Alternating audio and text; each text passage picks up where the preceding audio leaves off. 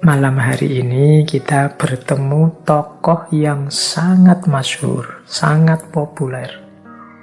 Khalifah yang mungkin namanya sudah kita kenal sejak kita dulu kecil, sekolah-sekolah SD didongengi oleh guru-guru kita. Tokoh ini banyak disebut-sebut, misalnya ketika kita bercerita tentang Abu Nawas, ketika kita bercerita tentang kejayaan Islam. Karena Harun al-Rasyid ini yang kita bahas malam hari ini adalah salah seorang sultan dari dinasti Abbasiyah. Beliau ini khalifah kelima dari kekhalifahan Abbasiyah yang memerintah tahun 786 sampai tahun 803. Beliau ini lahirnya tahun 766, jadi beliau menjadi khalifah tahun 786. Beliau ini putra dari khalifah kedua Abbasiyah, yaitu Muhammad al-Mahdi. Nanti yang jadi khalifah ketiga adalah kakak beliau, yaitu Musa al-Hadi. Beliau Musa al-Hadi ini adalah khalifah keempat, kalau ayah beliau Muhammad al-Mahdi khalifah ketiga. Jadi kita urut saja ya biar tidak keliru-keliru. Ini kalau tidak diurut kelewatan. Khalifah Abbasiyah itu yang pertama Abul Abbas As-Saffah. As-Saffah ini khalifah pertama, dilanjutkan Al-Mansur.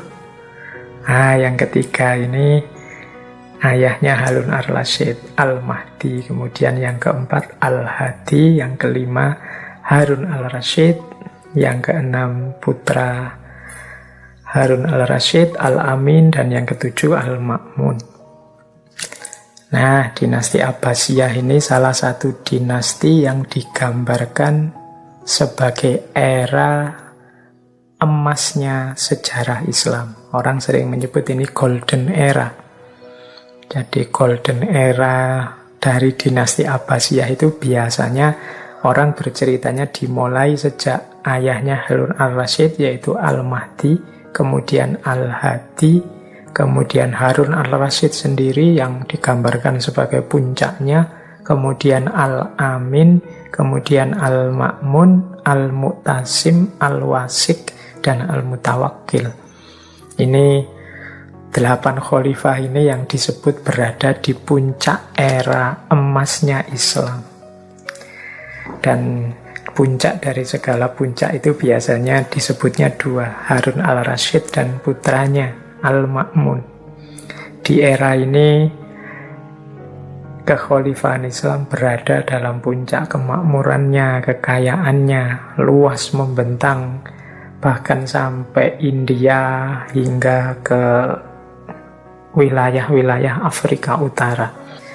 Nah, malam hari ini kita akan mencoba menggali apa yang kita bisa teladani dari Khalifah Harun al-Rasyid ini.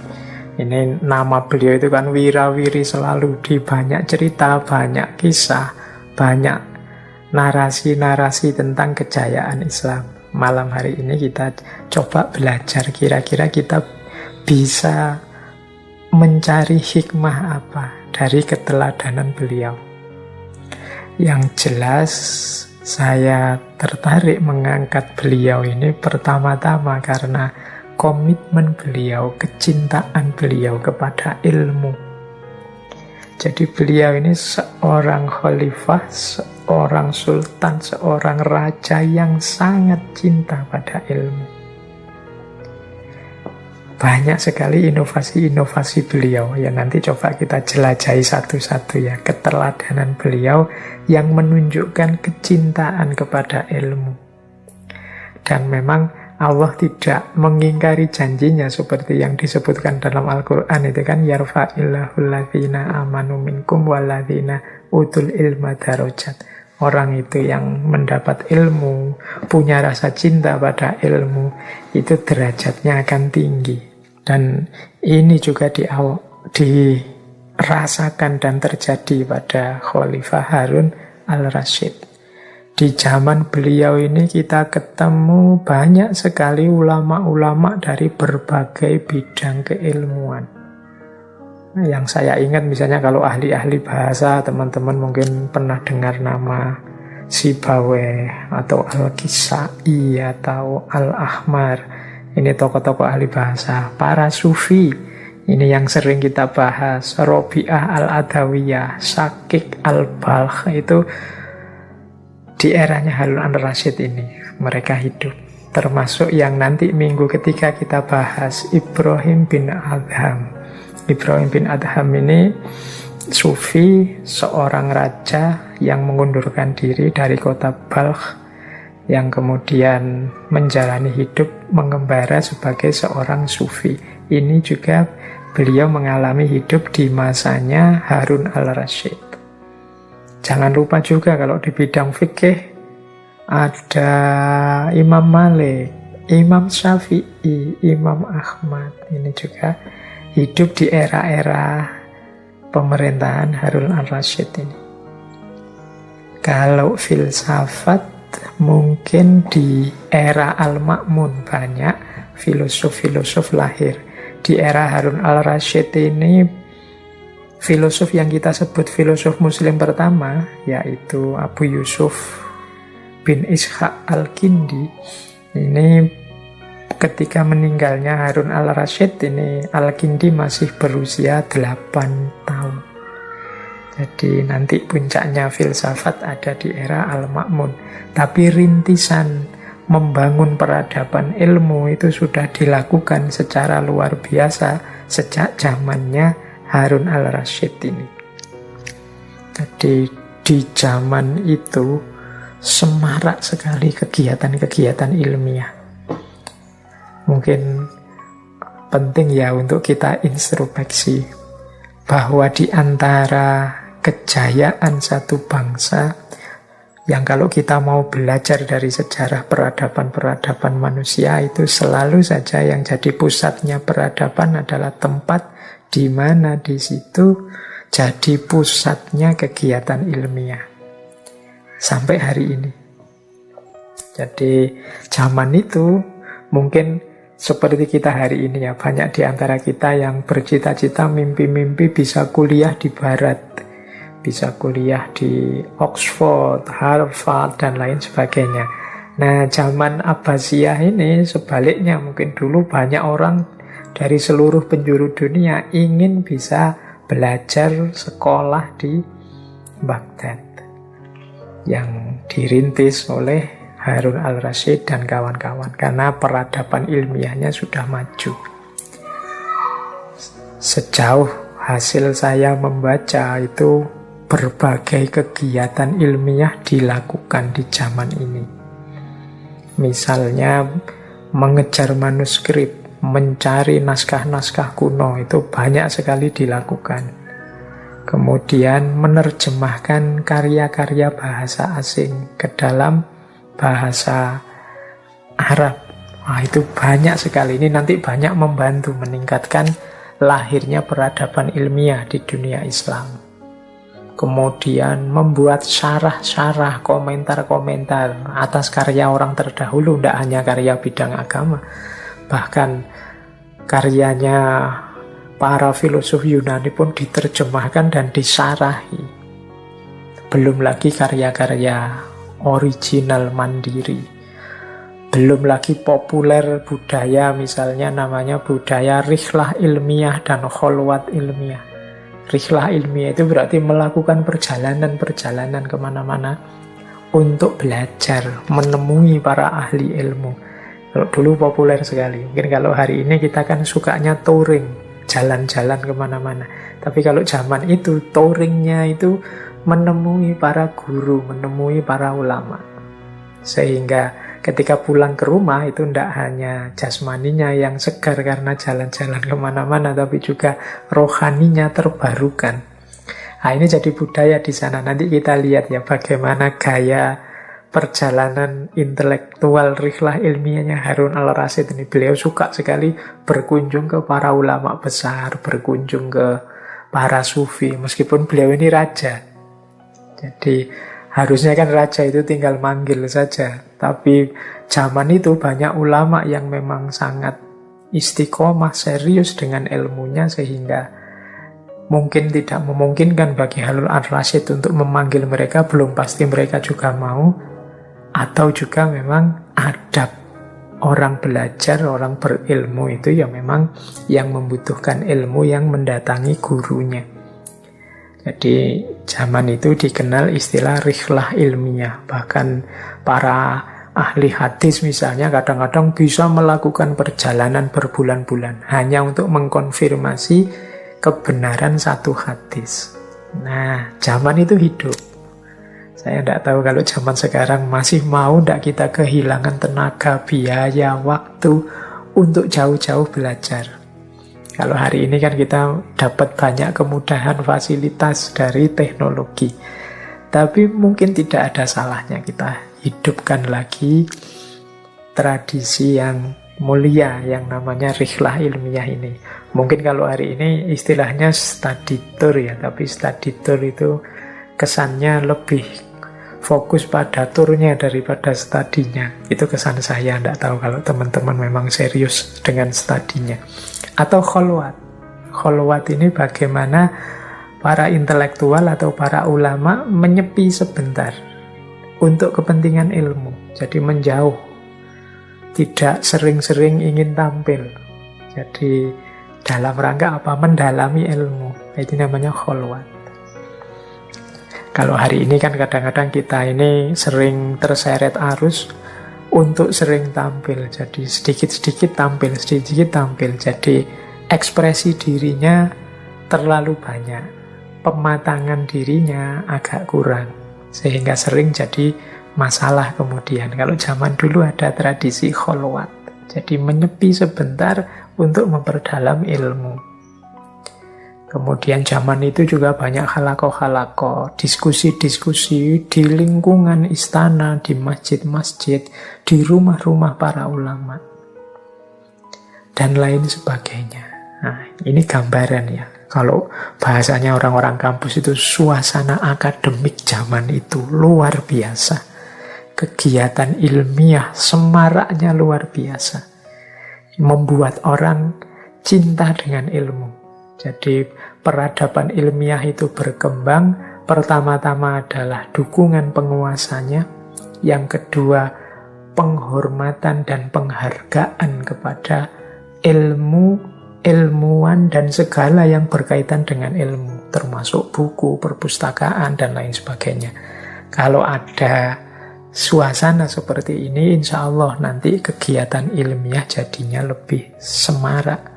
Dan di situ tanda-tanda mulainya kebangkitan akan terjadi, generasi emas akan lahir sebagaimana dulu terjadi zamannya Khalifah Harun al-Rasyid ini. Baik, saya tidak menjelaskan detail panjang lebar tentang beliau ini. Teman-teman mestinya juga yang tertarik bisa mencari di Google, mencari di buku-buku sejarah. Saya akan lebih fokus tentang apa yang bisa kita ambil manfaat dari tokoh ini. Kalau dari sisi kemakmuran kerajaan, tidak diragukan lagi. Zaman itu puncak-puncaknya kemakmuran. Bahkan ada satu kalimat yang masyhur sekali dari Khalifah Harun al-Rasyid ini. Satu ketika beliau sambil menatap hujan itu berkata seperti ini, fi ayyi makanin syi'ti amtiri fasayah milu ilayya khorrojuka. Di tempat manapun yang engkau suka, wahai hujan, turunlah. Fi ayyi makanin syi'ti amtiri fasayah milu ilayya khorrojuka. Maka tetap akan datang padaku hasilmu, hasil bumimu. Jadi, wahai hujan, suka-sukamu mau turun di mana, turun di sini boleh, turun di daerah manapun boleh. Tapi kesuburan, kenikmatan yang disebabkan oleh hujan itu pasti juga akan nyampe ke sini juga. Ini mungkin gambaran saat itu wilayahnya luas, jadi hujan dimanapun, bahkan wilayah-wilayah jauh karena taklukannya dinasti Abbasiyah saat itu sudah luas, itu ya tetap akan datang ke Baghdad. Mungkin dalam bentuk pajak, upeti, atau dalam bentuk apa, perdagangan, dan lain sebagainya. Jadi, fi ayyi makanin syi'ti amtiri fasayah milu ilayya khorrojuka. Dimanapun, wahai hujan, engkau mau turun, turunlah sesukamu. Karena hasilmu, manfaatmu pasti akan datang padaku. Ini saja mungkin bisa untuk menggambarkan betapa gemah ripah loh jinawi toto tentrem kertora harjo, kalau katanya orang Jawa. Eranya Harun al-Rasyid ini. Nah, cuma malam hari ini kita akan lebih fokus belajar dari Harun al-Rasyid bagaimana cara kita mencintai ilmu. Apalagi ketika kita sedang memegang kekuasaan. Sering saya bilang, kita semua ini kan pemimpin di level kita masing-masing. Mari jadi pemimpin, jadi manusia yang cinta ilmu. Harun al-Rasyid ini dikenal secara karakter ya sebagai khalifah. Selain hatinya lembut, dia juga tegas. Jadi ini menarik ya kombinasi antara lembutnya hati dan ketegasan. Lembutnya hati itu kelihatan misalnya beliau itu setiap kali mendapat nasihat dari para ulama itu sering sekali ceritanya beliau itu langsung menangis.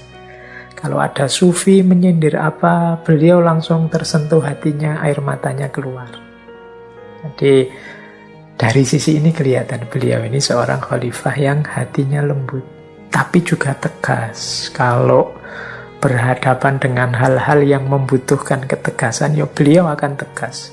Banyak cerita bagaimana beliau ini tidak kompromi pada orang-orang yang dipandangnya akan merugikan masyarakat, merugikan dinasti, merugikan kekhalifahan. Mungkin dengan tindakannya, mungkin dengan kelakuannya. Ada cerita beliau ini ya, kalau ada orang korupsi itu sudah tidak ragu-ragu lagi dieksekusi. Jadi ada cerita misalnya beliau ini memecat dan memenjarakan Yahya bin Khalid. Yahya bin Khalid ini pernah diangkat oleh Harun al-Rasyid sebagai Perdana Menteri. Nah, tapi kemudian oleh Harun al-Rasyid dia dipecat karena ketahuan korupsi dan diminta mengembalikan seluruh hartanya ke Baitul Mal, ke kasnya negara. Ini tegas. Jadi waktunya tegas, dia bisa tegas. Tapi kalau memang saatnya lembut, beliau sangat lembut. Hatinya sangat mudah tersentuh. Kemudian secara karakter juga beliau ini digambarkan sangat religius. Ya pasti saja karena beliau sangat gemar dengan ilmu, akhirnya beliau mendapat banyak sekali petuah, nasihat, tuntunan. Dan tidak ada gunanya kalau petuah, nasihat, dan tuntunan itu kemudian tidak dijalankan. Maka beliau ini dikenal juga sangat religius. Ada riwayat, kalau teman-teman membaca misalnya Tarikh Baghdad karya Khatib al-Baghdadi itu, di sana dijelaskan beliau ini sholat setiap hari tidak kurang dari 100 rakaat secara istiqomah. Jadi ya berarti beliau sholatnya tidak hanya sholat 5 waktu dan sholat rawatib saja. Jadi minimal ini 100 rakaat. Ya kecuali ada halangan khusus misalnya perang atau apa. Jadi kalau tidak ada halangan, istiqomah beliau ini setiap hari sholat sebanyak 100 rakaat. Kemudian bersedekah, berderma. Setiap pagi beliau ini bersedekah 1000 dirham. Dan istiqomah juga. Setiap pagi beliau bersedekah 1000 dirham. Kemudian termasuk naik haji. Beliau ini diceritakan setiap 2 tahun sekali menunaikan ibadah haji. Kalau beliau beribadah haji itu biasanya beliau mengajak sekalian 100 ulama dan anak-anaknya diajak ikut. Kalau kok kebetulan tidak bisa berhaji tahun itu, maka beliau menghajikan 300 orang di tahun itu, plus bekalnya, sangu-sangunya. Nah, ini untuk menggambarkan saja karakter beliau yang religius. Jadi beliau punya komitmen beragama yang dalam. Ini kalau diringkas berarti ya tadi dijelaskan beliau ini lembut hati, tegas, religius, dan yang terakhir sangat cinta ilmu. Malam hari ini kita lebih banyak membahas yang terakhir ini saja ya, sangat cinta pada ilmu. Ini penting mungkin bagi kita, karena seperti saya bilang tadi, pusatnya peradaban, intinya kemajuan dan keberhasilan kita menjalankan amanat Allah sebagai hamba maupun khalifahnya itu ada pada ilmu. Baik, itu tadi gambaran, mungkin agak ringkas tentang profil dan karakter seorang Harun al-Rasyid, yang namanya sering sekali kita dengar, apalagi kalau cerita-cerita 1001 malam, apalagi yang berhubungan dengan Abu Nawas yang dulu sering kita bahas itu. Nah, itu pasti menyinggung beliau ini, Khalifah Harun al-Rasyid. Baik, bismillah teman-teman, kita mulai. Seperti apa kecintaan seorang Harun al-Rasyid pada ilmu? Semoga kita bisa mengambil nanti pelajaran dari sini. Yang pertama, beliau ini sebagian besar, mungkin bisa katakan begitu, hidupnya dihidmahkan. Jadi dipersembahkan untuk ilmu dan yang berkaitan dengan ilmu. Buktinya apa? Ini saya akan memberikan beberapa fakta tentang bagaimana cara khidmah ilmu kalau versinya Harun al-Rasyid. Yang pertama apa yang dilakukan oleh Harun al-Rasyid? Beliau ini terkenal sekali memuliakan para guru dan para ulama. Jadi beliau ini dikenal khalifah yang sangat memuliakan ulama dan juga guru.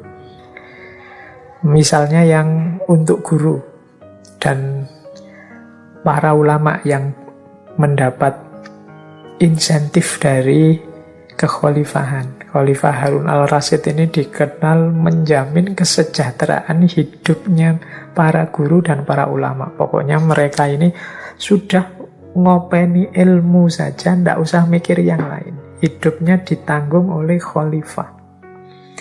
Nanti ada penjelasan bahwa beliau ini ketika mendirikan pusat-pusat pendidikan, halaqoh dan lain sebagainya, para guru dan para ulama yang ada di situ diberi gaji bulanan yang jumlahnya sangat besar. Bahkan mungkin tergolong mewah. Jangan dibandingkan dengan yang hari ini ya. Misalnya ini ada riwayat begini. Ada seorang guru namanya Az-Zajjaj. Az-Zajjaj ini mendapatkan gaji 1 bulannya itu 200 dinar. Kemudian ada juga seorang ulama guru namanya Hakim Al-Muqtadir bin Daro'id. Itu yang mendapatkan gaji 50 dinar setiap bulannya. Ini boleh dikruskan ya. Saya tidak tahu 1 dinar itu berapa, tapi kemarin saya coba googling itu, koin 1 dinar emas. Dinar itu kan emas yang produksi Antam itu yang 90-an% itu harganya sekitar 3.500.000. Kalau memang kursnya segitu, ya nyuwun sewu nanti kalau ada ndak cocoknya wong ini ilmu ngereka-ngereka hasil googling.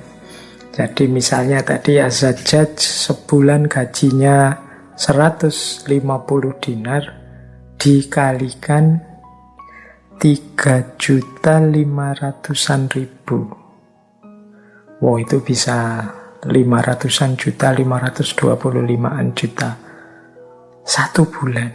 Wow, luar biasa ya. Kalau guru-guru, dosen-dosen, ustadz-ustadz di Indonesia ini gajinya sekian, mungkin ya lebih fokus, lebih serius dalam khidmah ilmunya, dalam pendalaman penggalian ilmunya. Meskipun juga tergantung mentalnya masing-masing juga. Tapi paling tidak ini menunjukkan betapa seriusnya seorang Khalifah Harun al-Rasyid dengan kesejahteraan para guru, kesejahteraan para ulama, para intelektual. Sehingga mereka ini sudah tidak sibuk lagi, tidak gelisah lagi mikir dimensi hidup mereka yang lain, karena sudah dijamin oleh Khalifah. Jadi kadang-kadang kita ini kan banyak, apalagi guru-guru di pedalaman itu gajinya tidak seberapa, beban hidupnya banyak, belum mikir anak, istri, keluarga, masa depan, belum punya rumah, dan lain sebagainya. Problemnya banyak. Kalau situasinya seperti ini ya sulit, disuruh fokus untuk pada ilmu saja, membangun, memperdalam wawasan keilmuan. Pasti ilmunya nanti banyak keteteran, banyak tidak terurus, karena mereka juga manusia biasa yang banyak kebutuhan-kebutuhan yang harus dipenuhi.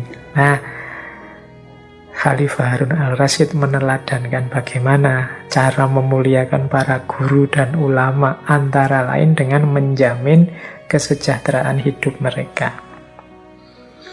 Kemudian bukti lagi bagaimana Khalifah Harun al-Rasyid ini begitu memuliakan para ulama. Beliau ini selalu saja, tadi sudah saya jelaskan sedikit ya, selalu saja beliau ini yang datang pada ulama, minta petunjuk, minta dinasehati. Tidak sebaliknya para ulama yang dipanggili. Jadi beliau lebih suka datang langsung berkunjung. Bahkan ada cerita, ini diriwayatkan oleh Qadhi Iyad. Dulu pernah saya ceritakan juga kelihatannya waktu sesi Imam Malik. Jadi beliau ini belajar kitab Al-Muwatta' Imam Malik dengan cara datang langsung ke sana, berbaur bersama jamaah murid-muridnya Imam Malik yang lain, dan mengajak dua putra beliau, Al-Amin dan Al-Ma'mun. Makanya Qadhi Iyad ini punya kesan yang khusus terhadap Khalifah Harun al-Rasyid. Beliau berkata, tidak ku ketahui seorang raja pun yang bersafar, melakukan perjalanan, belajar, menempuh ilmu, kecuali Harun al-Rasyid. Biasanya orang itu kalau sudah ada di puncak, apalagi sebagai raja, itu kemungkinan semangat belajarnya susut, karena dia harus memikir negara dan seisinya. Tapi Harun al-Rasyid ini masih bersemangat belajar. Jadi masih mau melakukan perjalanan. Ia berjalan bersama dua orang anaknya, Al-Amin dan Al-Ma'mun, untuk mendengarkan kajian Al-Muwatta' yang disampaikan oleh Imam Malik. Jadi ini cerita betapa beliau itu ya sangat menghormati ulama.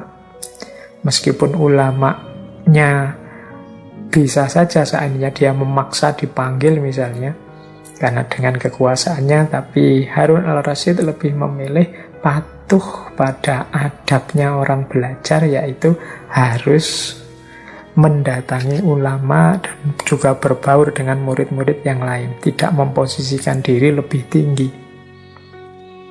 Kemudian ada juga cerita satu ketika beliau ini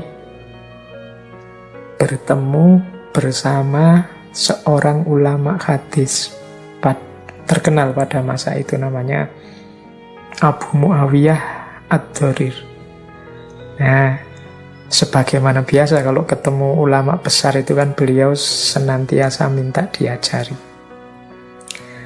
Dan setiap kali, kata Abu Muawiyah Ad-Dharir tadi, setiap beliau cerita, setiap kali saya itu membaca hadis, Dan setiap kali saya membaca Rasulullah Shallallahu Alaihi Wasallam, selalu saja khalifah ini meneteskan air matanya. Tadi saya bilang beliau ini memang hatinya lembut. Nah, ternyata dalam pertemuan itu Khalifah Harun al-Rasyid ini memilih untuk melayani ulama hadis ini, melayani Abu Muawiyah. Beliau yang menyiapkan minumnya, kemudian menyiapkan tempat cuci tangannya, dan lain sebagainya. Nah, ketika Abu Muawiyah merasa tidak enak, mengingatkan, Khalifah Harun al-Rasyid menjawab, tidak, ini memang kewajibanku. Aku itu sangat memuliakan orang yang berilmu. Nah, ini contohnya. Jadi meskipun raja, ternyata juga tidak segan untuk menyiapkan minum, untuk menyiapkan air cuci tangan bagi ulama tempat dia belajar. Bahkan ada lagi cerita ketika dua orang putra beliau, Al-Amin dan Al-Ma'mun, dididik oleh seorang ulama ahli bahasa namanya Al-Kisai. Al-Amin dan Al-Ma'mun ini setiap kali selesai belajar itu biasanya rebutan menyiapkan sandal gurunya. Jadi menata sandal gurunya ini rebutan, dan seringkali terus bertengkar karena berebut aku saja yang menata sandalnya. Nah, pertengkaran dua putranya ini terdengar oleh khalifah. Kemudian satu ketika waktu Al-Kisai bertemu dengan khalifah, khalifah menggoda Al-Kisai, wahai Syekh, kira-kira siapa yang lebih mulia antara saya dan sampean, antara aku dan Anda, kata khalifah. Yuk, Al-Kisai di depannya ada khalifah bertanya begitu, beliau langsung saja jawab, ya tentu saja khalifah, Amirul Mukminin, penanggung jawab semua urusan umat Islam, pasti lebih mulia. Nah, Harun al-Rasyid terus berkata, bukan, sampean salah. Orang yang lebih mulia di antara kita itu cirinya adalah orang yang setelah duduk kemudian berdiri, berebutanlah putra-putra raja untuk menyiapkan sandalnya.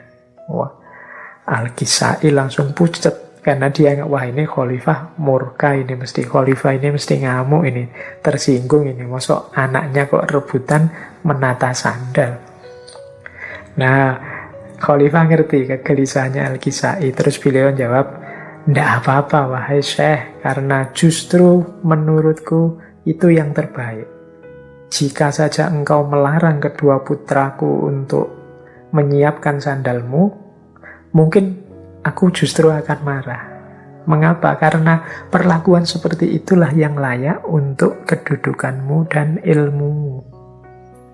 Jadi, ya ini tadi cerita-cerita ini menunjukkan pada kita betapa di antara khidmahnya seorang Harun al-Rasyid kepada ilmu adalah penghargaannya dan pemuliaannya yang luar biasa kepada para guru dan para ulama. Baik, itu yang pertama. Yang kedua, kalau ini saya tidak perlu menjelaskan panjang lebar, teman-teman pasti pernah dengar istilah Baitul Hikmah. Ini juga merupakan bukti betapa seriusnya seorang Harun al-Rasyid berkhidmah pada ilmu. Jadi Baitul Hikmah ini semacam perpustakaan, lembaga penerjemahan, pusat penelitian, tempat berkumpulnya para intelektual, para ulama dari berbagai penjuru dunia untuk membahas ilmu. Jadi ini seperti pusat ilmu zaman itu. Meskipun secara kasat mata bentuknya itu perpustakaan. Jadi di sana ada koleksi perpustakaan yang tidak terhitung jumlahnya. Jadi di sana ada buku-buku dari berbagai bahasa dan juga ada aktivitas-aktivitas intelektual yang luar biasa. Nah, ada yang bilang bahwa kuncinya kejayaan era emas Islam zaman itu ya Baitul Hikmah ini. Baitul Hikmah itu kalau bahasa Inggrisnya House of Wisdom. Kalau bahasa Indonesianya rumah kebijaksanaan. Disinilah nanti umat Islam berinteraksi dengan berbagai literatur, berbagai wawasan keilmuan yang baru. Yang kemudian diambil kebijakan oleh Khalifah Harun al-Rasyid dengan penerjemahan besar-besaran. Nah, ini kan menarik ya. Jadi kalau kita hari ini mungkin yang tidak ngerti bahasa asing dipaksa untuk ngerti bahasa asing. Tapi Khalifah Harun al-Rasyid lebih milih kebijakan diterjemahkan. Sehingga orang tidak perlu capek-capek lama belajar bahasa asing, tapi dia bisa menikmati berbagai khazanah asing lewat penerjemahan-penerjemahan. Sehingga terjadi lonjakan orang pinter yang banyak secara masif, secara luar biasa. Nah, ini menurut saya salah satu bukti betapa seriusnya, betapa khidmah ilmiah dari seorang Harun al-Rasyid kepada ilmu. Dan nanti puncaknya Baitul Hikmah ini ya zaman Khalifah Al-Ma'mun. Ada juga yang bilang sebenarnya nama Baitul Hikmah itu memang di era Khalifah Al-Ma'mun, di era Khalifah Harun al-Rasyid ini namanya masih Khizanatul Hikmah. Tapi ya monggo saja, siapa yang pinter sejarah silahkan ditelusuri. Tapi yang jelas institusi ini ada sejak zamannya Khalifah Harun al-Rasyid. Meskipun sayangnya nanti setelah Baghdad hancur, dihancurkan oleh Hulagu Khan dari Mongol. Ini cucunya Genghis Khan yang dulu kita bahas. Sekitar tahun 1258 Baghdad hancur, di bumi hanguskan, segala isinya dibakar, sak istana-istananya, Baitul Hikmah juga dibakar. Banyak buku-buku yang dihancurkan, dibuang ke sungai, sehingga ada riwayat bahkan sungai-sungai di Baghdad saat itu warnanya hitam karena kena lunturannya tinta. Dimulai sejak saat itu kemudian peradaban intelektual Islam melayu. Jadi Melayu itu semakin layu.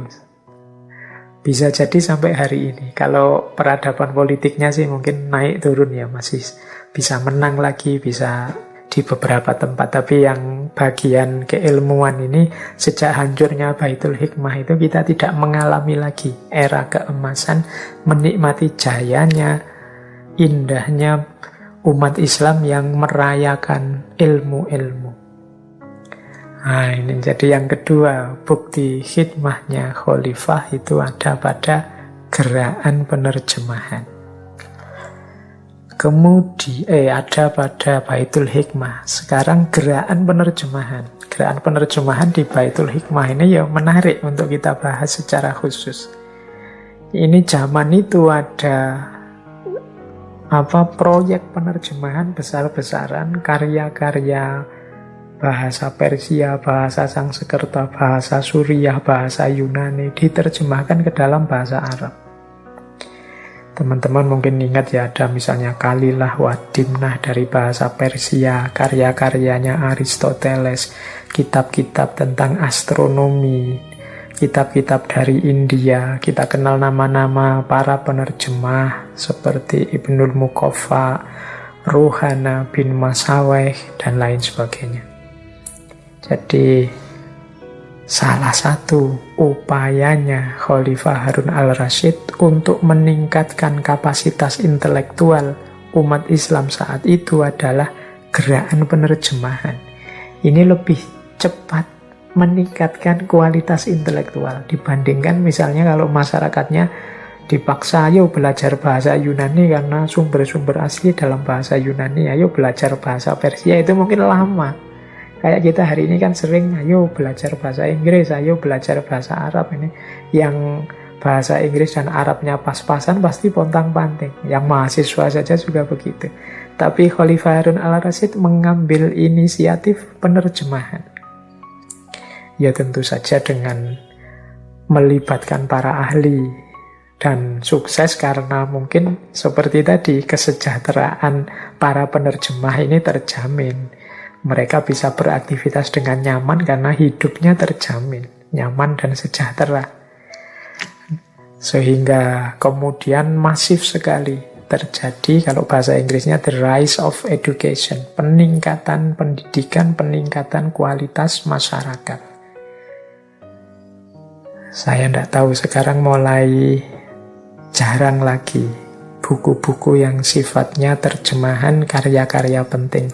Mungkin karena pertimbangan tidak laku atau bagaimana, atau karena memang dunia buku hari ini tidak sesemarak dulu.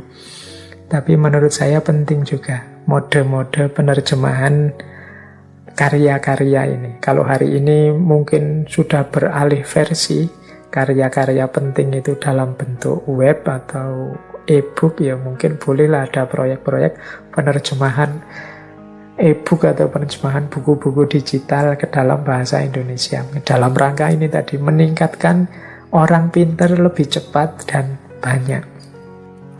Jadi, dan itu dulu yang diambil strateginya oleh Khalifah Harun al-Rasyid. Dan para penerjemah suka dan semangat ya karena tadi dia dijamin. Hari ini mungkin situasinya agak berbeda. Karena mungkin para penerjemah tidak mendapat imbalan yang pantas sehingga mereka tidak terlalu bersemangat, tidak selalu bergairah. Karena hanya orang-orang tertentu mestinya yang punya panggilan jiwa ke sana yang masih serius. Tapi coba mungkin perlu dipertimbangkan untuk dunia pendidikan kita, gerakan-gerakan seperti penerjemahan ini, sehingga bisa meningkatkan kualitas masyarakat dengan lebih cepat. Kadang-kadang kan sandungannya kita hari ini itu kan bahasa. Ya memang idealnya setiap orang, banyak orang kita sarankan belajar bahasa asing. Tapi kan ini proses yang lama. Akan lebih mudah kalau ada gerakan penerjemahan yang lebih masif. Nah, logika ini dulu dipakai oleh Khalifah Harun al-Rasyid dan sukses. Melahirkan generasi emasnya Islam. Pada saatnya setelah para ulama di dunia Islam menghasilkan banyak karya-karya original dalam bahasa Arab, akhirnya sebaliknya justru karya-karya umat Islam itu yang diterjemahkan, diadopsi ke dalam bahasa asing. Baik, ini yang dulu dilakukan oleh Khalifah Harun al-Rasyid. Kemudian semua yang di atas tadi sebenarnya menunjukkan betapa Khalifah Harun al-Rasyid ini sangat perhatian terhadap kerja intelektual dan karya intelektual. Jadi ini melanjutkan yang tadi ya, beliau ini sangat apresiatif, sangat menghargai. Ada cerita begini, beliau ini kalau ada petugas penerjemah yang hanya menyalin buku, ini bukan belum menerjemah, hanya nyalin buku. Jadi petugas yang nyalin buku itu mendapatkan imbalan 2.000 dirham. Nah, jadi kalau tadi dinar ya, kalau ini dirham. Dirham ini kalau dikruskan pakai antam itu ya hari ini sekitar 95-an ribu. Tinggal dikalikan 95 kali 2000 sekitar 190 jutaan. Itu hanya untuk nyalin buku, belum menerjemahnya. Nyalin itu kan cuma mindah. Anak kecil mungkin juga bisa, hanya nulis, niru apa yang sudah ditulis di sana, ditulis di sini. Nah itu imbalannya 2.000 dirham. Bahkan ada cerita Khalifah Harun al-Rasyid dan Khalifah al-Ma'mun itu kalau ada ulama nulis buku diberi imbalan emas yang beratnya sama dengan buku itu. Nah, tinggal dihitung itu ya, kalau bukunya tebel-tebel kayak kitab-kitabnya para ulama zaman dulu, kayak Ihya yang 40 bab itu, kayak itu bisa dapat sangat banyak sekali. Jadi beliau ini memang sangat menghargai karya intelektual dan kerja intelektual. Dan ada riwayat lagi, satu ketika beliau ini hampir menaklukkan Bizantium, Konstantinopel. Tapi tidak jadi karena penguasa saat itu, namanya Ratu Irene, setengahnya menyerah, dalam arti siap mengirimkan upeti puluhan ribu keping emas per tahun kepada Baghdad. Jadi tidak usah perang, tidak usah ditaklukkan, saya tak ngirim upeti saja. Nah, itu saat itu. Nah, Harun al-Rasyid ini melakukan negosiasi. Jadi negonya apa? Oke, silahkan mengirim upeti, tapi saya tidak mau kalau hanya itu. Ada tambahannya. Tambahannya apa? Tolong serahkan juga manuskrip-manuskrip, naskah-naskah keilmuan yang ada, yang dimiliki kepada kami. Wah, jadi di ranah politik perang pun beliau masih punya concern dengan pengembangan ilmu. Makanya minta kompensasi manuskrip-manuskrip kuno. Betapa gairah intelektual yang luar biasa, selain penghargaan intelektual. Jadi itu pun belum kalau kita melihat berbagai inovasi-inovasi beliau di bidang pendidikan. Ada Kutab, namanya Kutab ini semacam pendidikan dasar untuk anak-anak. Jadi Kutab itu kan dari kata-kata dasar katabah yang artinya nulis. Jadi Kutab ini lebih pada tempat belajar anak-anak membaca dan menulis. Ini didirikan banyak di Baghdad saat itu. Ini lembaga pendidikan paling rendah untuk anak-anak, mengenal bacaan, membaca, menulis, menghitung, termasuk juga belajar dasar-dasar agama, hafalan Al-Quran, pelajaran-pelajaran praktis, dan lain sebagainya. Zaman itu juga ada namanya Majelis Mudzakaro. Majelis Mudzakaro itu kelompok-kelompok diskusi yang diselenggarakan di banyak tempat, di masjid, di rumah, di istana, juga halakoh-halakoh. Para ulama ini difasilitasi kalau ingin melakukan kajian, kalau ingin membuka halakoh-halakoh, termasuk di masjid-masjid.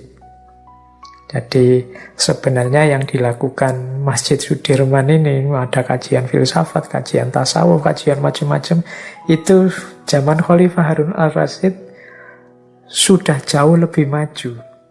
Jadi zaman itu para ulama, semua ulama yang ingin membuat halakoh, membuka kajian itu dipersilahkan oleh negara.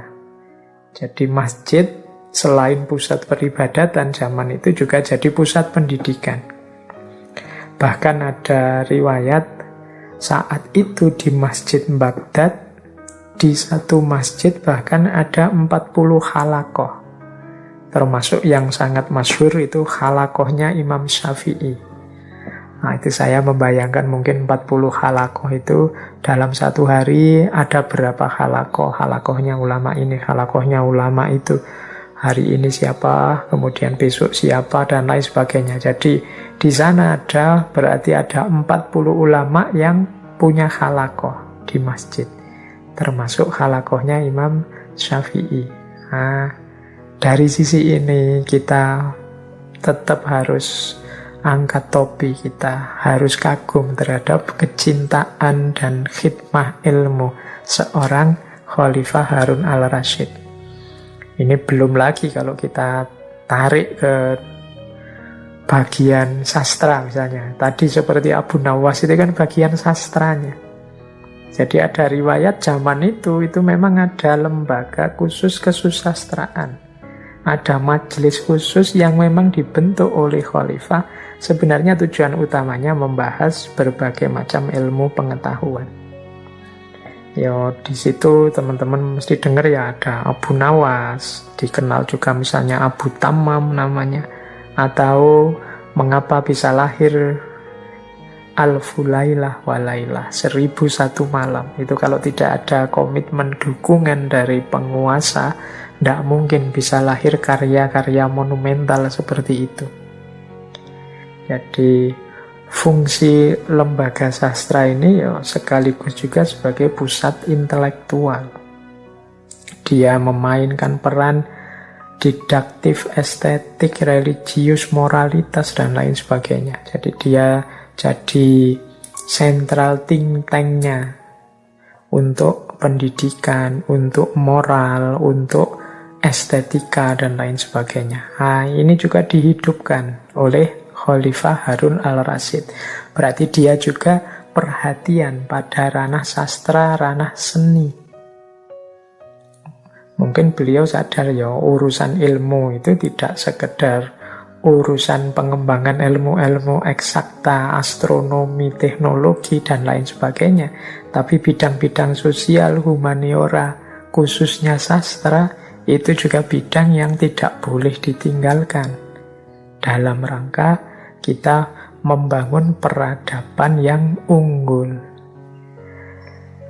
Jadi teman-teman, ya ini sudah hampir 1 jam ini kita masih sedang mengagumi betapa dahsyatnya khidmah ilmu, kecintaan ilmu, pengabdian dan komitmen Harun al-Rasyid pada ilmu.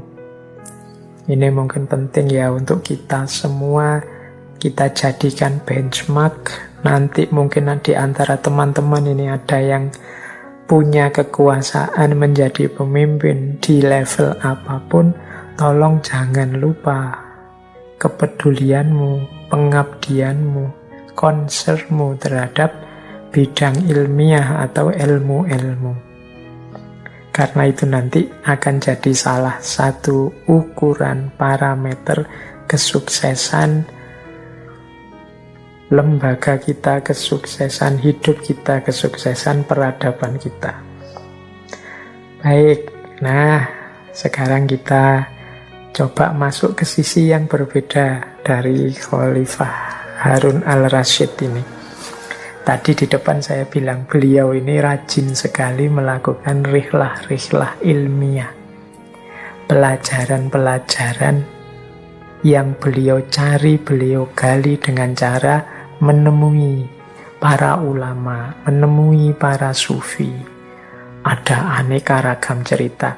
Coba malam hari ini ya kita telusuri beberapa kisah rihlah ilmiah beliau, kemudian kira-kira pelajaran apa yang bisa kita ambil, manfaat apa dan hikmah apa yang bisa kita ambil dari perjalanan intelektual seorang Harun al-Rasyid ini. Baik, bismillah. Ini babak kedua. Kalau tadi hikmah ilmu, sekarang rihlah ilmiahnya. Yang pertama, mari kita ikuti perjalanan Harun al-Rasyid ketemu seorang ulama yang bernama Ibnu Samak. Nah, saat bertemu Ibnu Samak ini terjadi dialog. Saat itu Harun al-Rasyid meminta untuk disuguhi minum. Mungkin beliau sedang haus. Oleh Ibnu Samak disuguhi semangkok air minum. Kemudian Ibnu Samak berkata, "Wahai Amirul Mukminin, seandainya Anda terhalangi meminum minuman ini." Jadi maksudnya Ibnu Samak, satu mangkok ini pun Anda tidak dapat. Atau dapat tapi terhalangi sehingga tidak bisa minum. Misalnya dipegang orang yang orang ini mau menjual dengan harga mahal. Satu mangkok air ini, dengan apa kira-kira Anda akan membelinya? Kata Harun al-Rasyid, dengan setengah kerajaanku. Jadi ini maksudnya kan kalau kita sudah sangat haus, sangat kehausan, tidak ada air, satu-satunya air satu mangkok itu dimiliki orang, kemudian orang itu mau menjual. Itu mungkin bayangkan saja kita di tengah padang pasir, tidak ada air sama sekali, ketemu orang yang bawa air semangkok. Itu kata Harun al-Rasyid, kalau situasinya seperti itu, bahkan dengan setengah kerajaanku pun akan aku beli. Oke. Ibnu Sama kemudian melanjutkan, baik, kalau gitu minumlah dulu. Semoga Allah memberikanmu ketenangan. Setelah Harun al-Rasyid selesai minum, Ibnu Sama kemudian bertanya lagi, wahai Khalifah, seandainya air yang sudah diminum tadi tidak bisa dikeluarkan lagi. Ya ini maksudnya tidak bisa kencing sekarang. Sudah minum, tidak bisa keluar lewat air kencing. Air kencingnya terganggu misalnya. Kan ada itu penyakit-penyakit orang yang tidak bisa kencing. Dengan apa Anda akan menebusnya?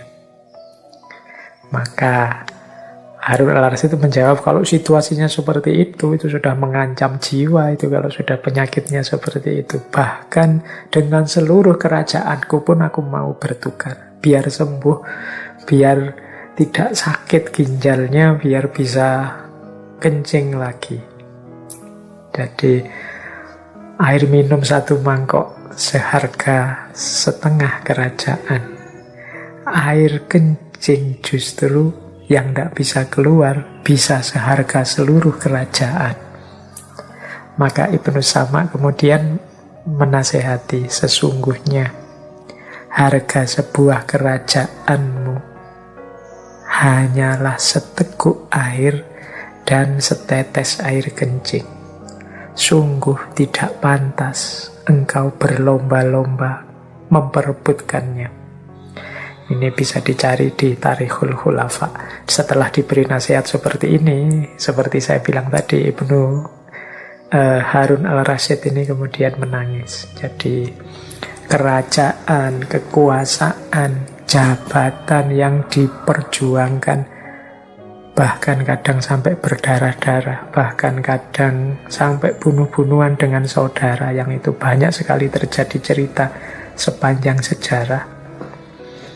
Bahkan mungkin sampai hari ini kalau ada pemilihan-pemilihan pemimpin, sampai pemilihan-pemilihan presiden, itu rasanya seolah-olah segalanya. Saya harus menang, saya harus sukses, bila perlu menghalalkan segala cara untuk bisa menang, bisa berhasil.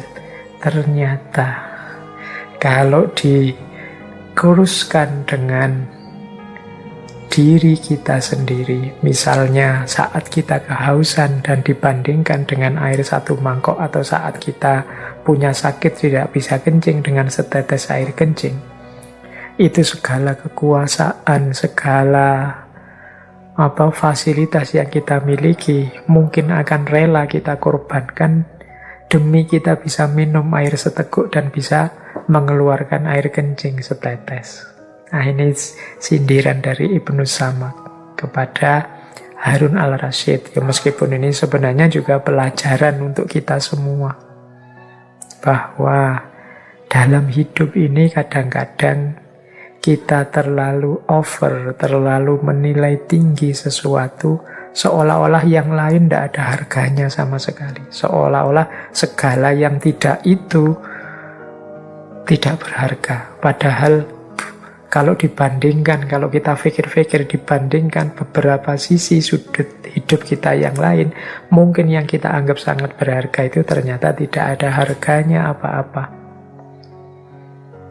Jabatan mungkin penting, tapi coba diingat-ingat, begitu kita sakit, jatuh sakit, jabatan itu tidak akan ada nilainya apa-apa. Bahkan mungkin kalau sakit kita parah, gawat, mungkin rela kita tukar dengan penyakit kita ini.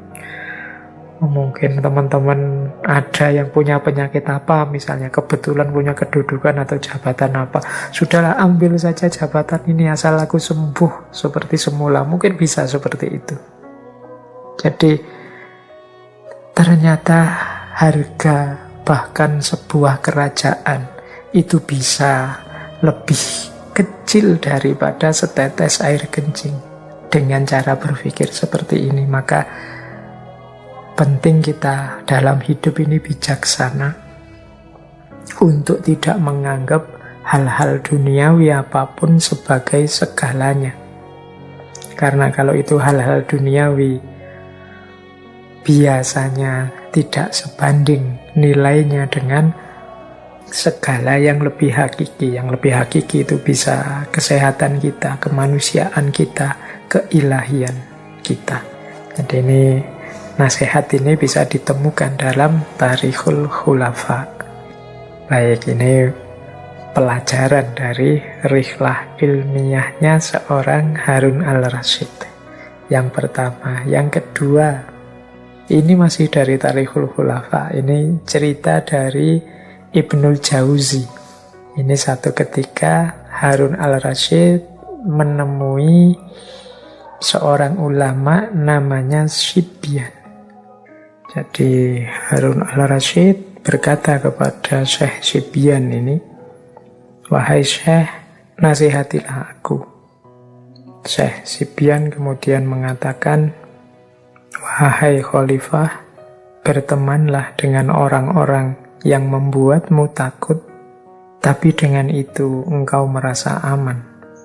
Itu lebih baik bagimu daripada berteman dengan orang-orang yang membuatmu merasa nyaman, tapi akhirnya engkau menjadi ketakutan." Khalifah Harun al-Rasyid agak kebingungan, ini maksudnya apa ya Syekh ini?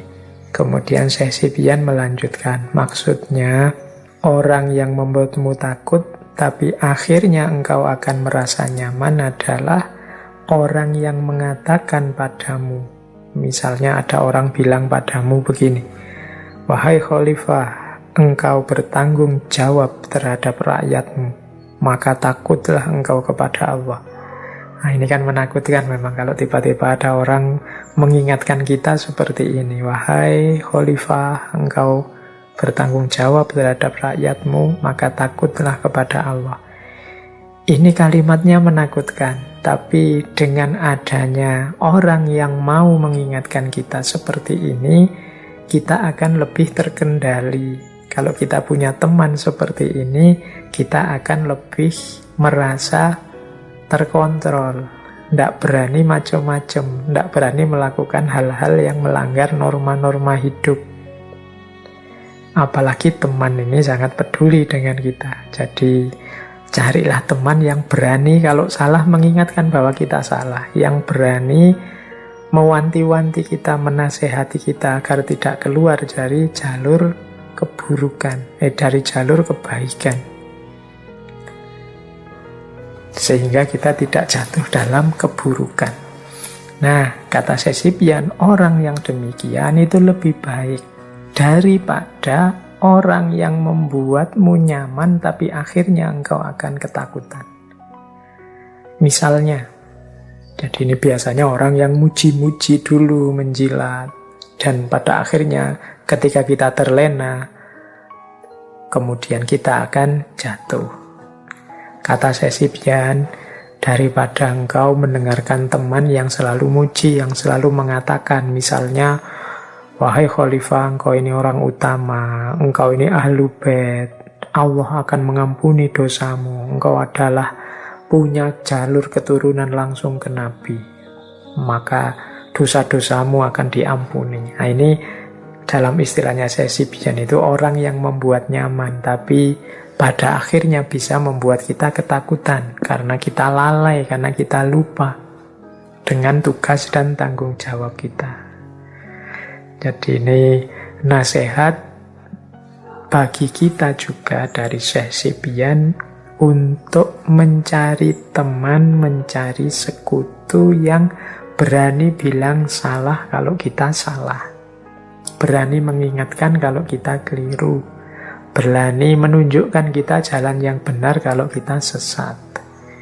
Teman lo ya, teman itu kalau mengkritik dasarnya kepedulian, bukan melecehkan atau merendahkan kita karena dasar orang tidak tahu, dasar orang bodoh, dasar orang tidak pinter, sini tak kasih tahu. Itu beda konotasinya. Ini teman. Jadi teman itu ya memang kadang-kadang kata-katanya nyelekit, tapi dalam rangka biar kita sadar, biar kita bangkit.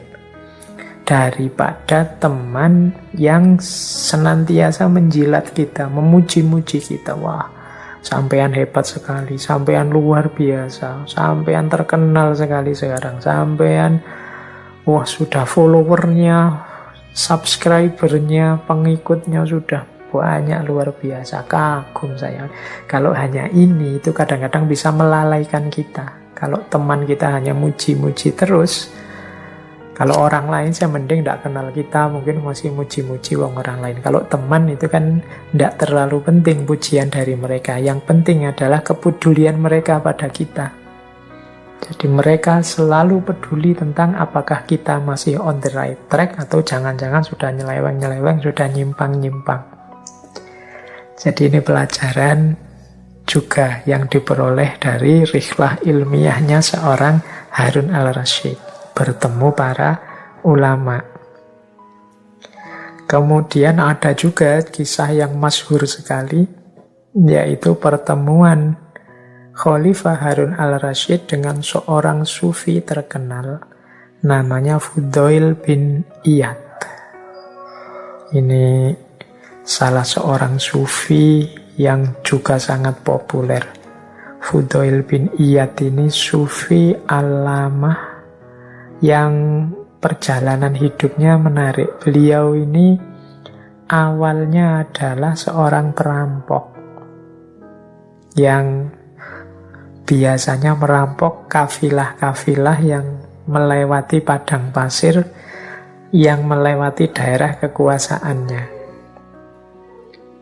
Nah, suatu ketika Fudail ini mengalami satu peristiwa yang membuatnya berbalik dari seorang perampok, kemudian berjalan menuju Allah, melakukan suluk dan jadi sufi besar. Jadi peristiwa itu jadi satu ketika Fudail ini bersama teman-temannya, jadi anggota perampok yang dia pimpin, mencegat serombongan kafilah yang lewat.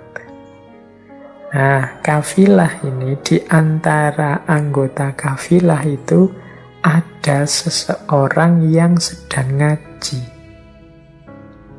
Kebetulan yang dibaca oleh orang yang mau dirampok ini adalah ayat ini.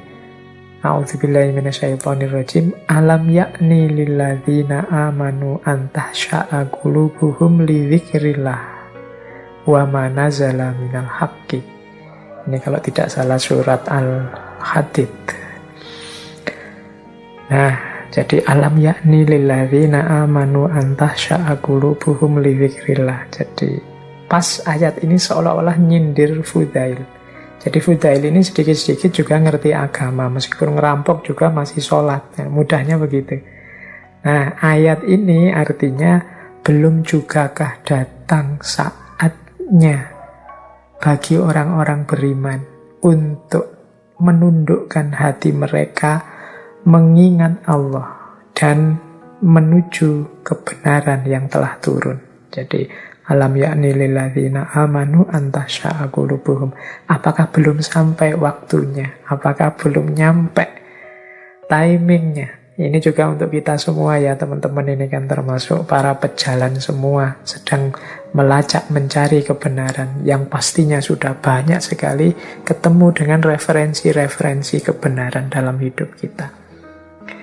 Apakah belum saatnya? Ini kalau membaca ayat ini ya, yuk dimulai perjalanan kita menuju Allah. Yuk nawa itu diseriusi, peningkatan kualitas diri kita, segala aktivitas kita. Semoga tambah dekat selangkah demi selangkah kepada Allah. Mau nunggu apa lagi? Nunggu pandemi selesai?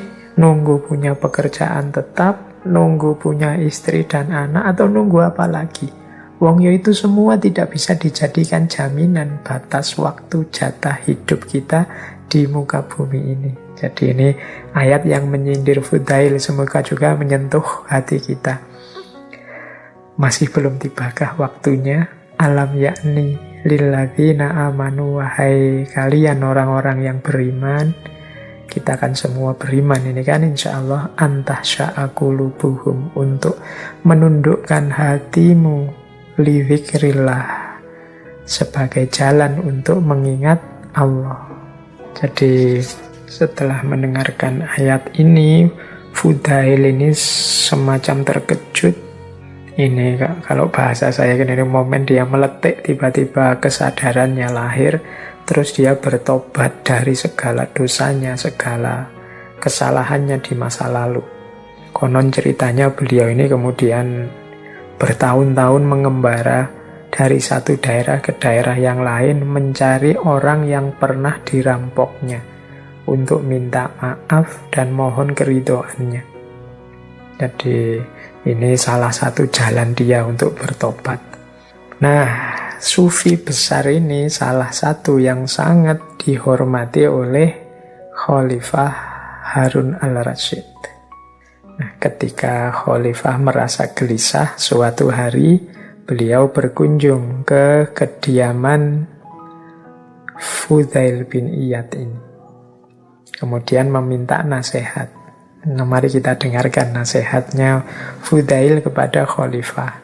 Kata Fudail begini, wahai Amirul Mukminin, negara yang Anda pimpin ini ibarat satu keluarga besar. Para orang tua di antara rakyatmu adalah ayahmu.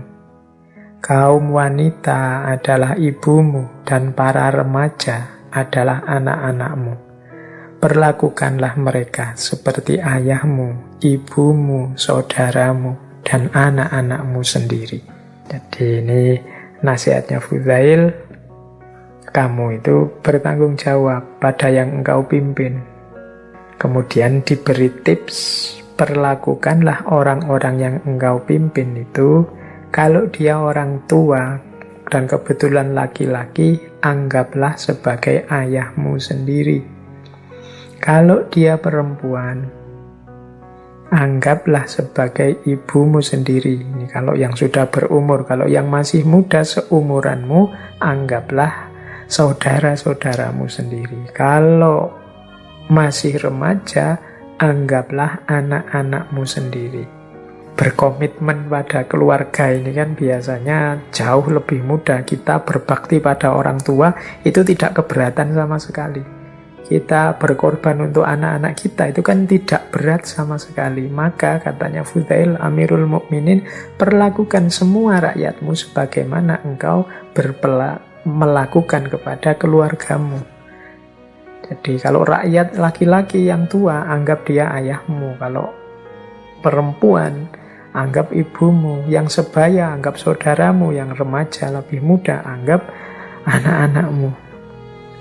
Jadi ini nasihat yang penting. Hanya dengan satu kalimat ini sebenarnya sudah bisa dapat nasihat yang sangat banyak bagi seorang pemimpin. Tidak perlu lagi pakai kalimat-kalimat variasi yang macam-macam. Jadi sudahlah, kalau engkau sedang mimpin, kebetulan yang engkau pimpin itu orang yang lebih junior darimu, anggaplah adikmu atau anak-anakmu.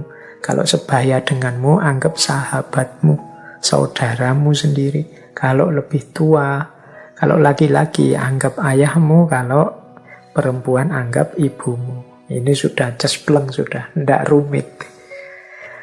Nah, mendapat nasihat yang sangat berharga ini, kemudian Khalifah berniat menghadiahkan beberapa uang kepada Fudail. Dan ini bukan uang dari negara, kata Khalifah, ini uang yang halal. Wahai Syekh, ini warisan dari ibuku, kata Khalifah.